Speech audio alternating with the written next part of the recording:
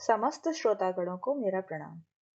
आज हम श्रीमद् भगवद गीता जी के प्रथम अध्याय के 7वें और 8वें श्लोक का पाठन करेंगे। तो शुरू करते हैं। अस्माकं तु विशिष्टा ये तान्य बहुत द्विजोत्तम नायका मम सैन्यस संज्ञार्थम तान ब्रवीमिते। अर्थात यहाँ दुर्योधन गुरु द्रोणाचार्य के सामने अपनी और पांडवों की सेना का वर्णन कर रहे हैं। उसी तारतम्य में पहले उन्होंने पांडवों की सेना का वर्णन किया, अब अपनी सेना का वर्णन करते हुए कह रहे हैं, हे द्विजश्रेष्ठ, मतलब दुर्योधन द्रोणाचार्य को द्विजश्रेष्ठ की संज्ञा दे रहे हैं और कहते हैं, पांडवों की सेना में श्रेष्ठ महारथी हैं, ऐसे ही हमारी सेना में भी उनसे कम विशेषता वाले महारथी नहीं हैं, बल्कि उनकी अपेक्षा ज्यादा विशेषताओं वाले महारथी हैं। पांडवों की सेना को देखकर दुर्योधन पर बड़ा प्रभाव पड़ा और उनके मन में कुछ भय भी हुआ। कारण की संख्या में कम होते हुए भी पांडव सेना के पक्ष में बहुत से धर्मात्मा पुरुष थे और स्वयं भगवान श्री कृष्ण थे, और जिस पक्ष में धर्म और भगवान रहते हैं उसका सब पर बड़ा प्रभाव पड़ता है। पापी से पापी, दुष्ट से दुष्ट व्यक्ति पर भी उसका प्रभाव पड़ता है। इतना ही नहीं, पशु पक्षी, वृक्ष लता आदि पर भी उसका प्रभाव पड़ता है, कारण कि धर्म और भगवान नित्य है। इसलिए दुर्योधन पर पांडव सेना का बड़ा असर पड़ा, जबकि संख्या में पांडवों की सेना दुर्योधन की सेना अर्थात कौरवों की सेना से कम थी। परंतु दुर्योधन के भीतर भौतिक बल का विश्वास मुख्य होने से वह द्रोणाचार्य को विश्वास दिलाने के लिए कहता है कि हमारे पक्ष में जितनी विशेषता है उतनी पांडवों की सेना में नहीं है। 8वें श्लोक में दुर्योधन कहते हैं, भवान भीष्मश्च कर्णश्च कृपश्च समितिञ्जयः अश्वत्थामा विकर्णश्च सौम्यदत्तस्थैव च।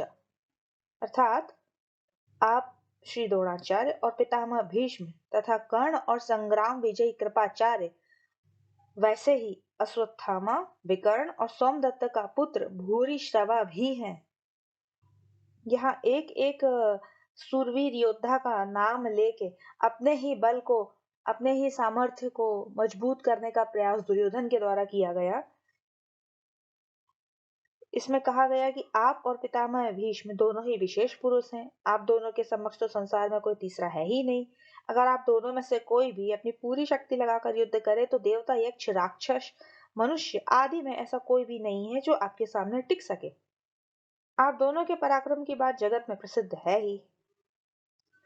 पितामह भीष्म तो अबाल ब्रह्मचारी हैं और इच्छा मृत्यु है, अर्थात उनकी इच्छा के बिना उन्हें कोई मार नहीं सकता। महाभारत युद्ध में द्रोणाचार्य धृष्टद्युम्न के द्वारा मारे गए और पितामह भीष्म ने अपनी इच्छा से ही सूर्य के उत्तरायण होने पर अपने प्राणों का त्याग कर दिया था। कर्णश्च कहने का तात्पर्य, कर्ण तो बहुत ही शूरवीर है। मुझे तो ऐसा विश्वास है कि वह अकेला ही पांडव सेना पर विजय प्राप्त कर सकता है, उसके सामने अर्जुन भी कुछ नहीं कर सकता। कर्ण महाभारत युद्ध में अर्जुन के द्वारा मारे गए थे। कृपश्च समितिञ्जयः, कृपाचार्य की तो बात ही क्या, वे तो चिरंजीवी हैं, हमारे परम हितैषी हैं और संपूर्ण पांडव सेना पर विजय प्राप्त कर सकते हैं। अश्वत्थामा, ये भी चिरंजीवी हैं और आपके ही पुत्र हैं, बड़े सूरवीर हैं। इन्होंने आपसे ही अस्त्र शस्त्र की विद्या सीखी है, अस्त्र शस्त्र की कला में बड़े चतुर हैं। आप यह न समझे कि केवल पांडव ही धर्मात्मा है, हमारे पक्ष में भी मेरा भाई विकर्ण बड़ा धर्मात्मा और शूरवीर है।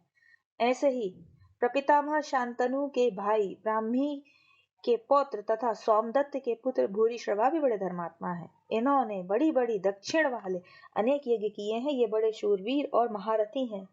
अर्थात हमारी सेना में कितने महारथी और धर्मात्मा है, इनका वर्णन भी दुर्योधन ने द्रोणाचार्य के समक्ष कर दिया।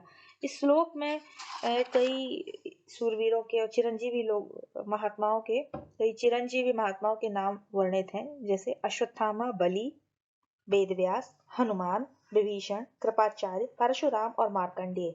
ये 8 चिरंजीवी हैं जो शास्त्रों में कहे गए हैं। अतः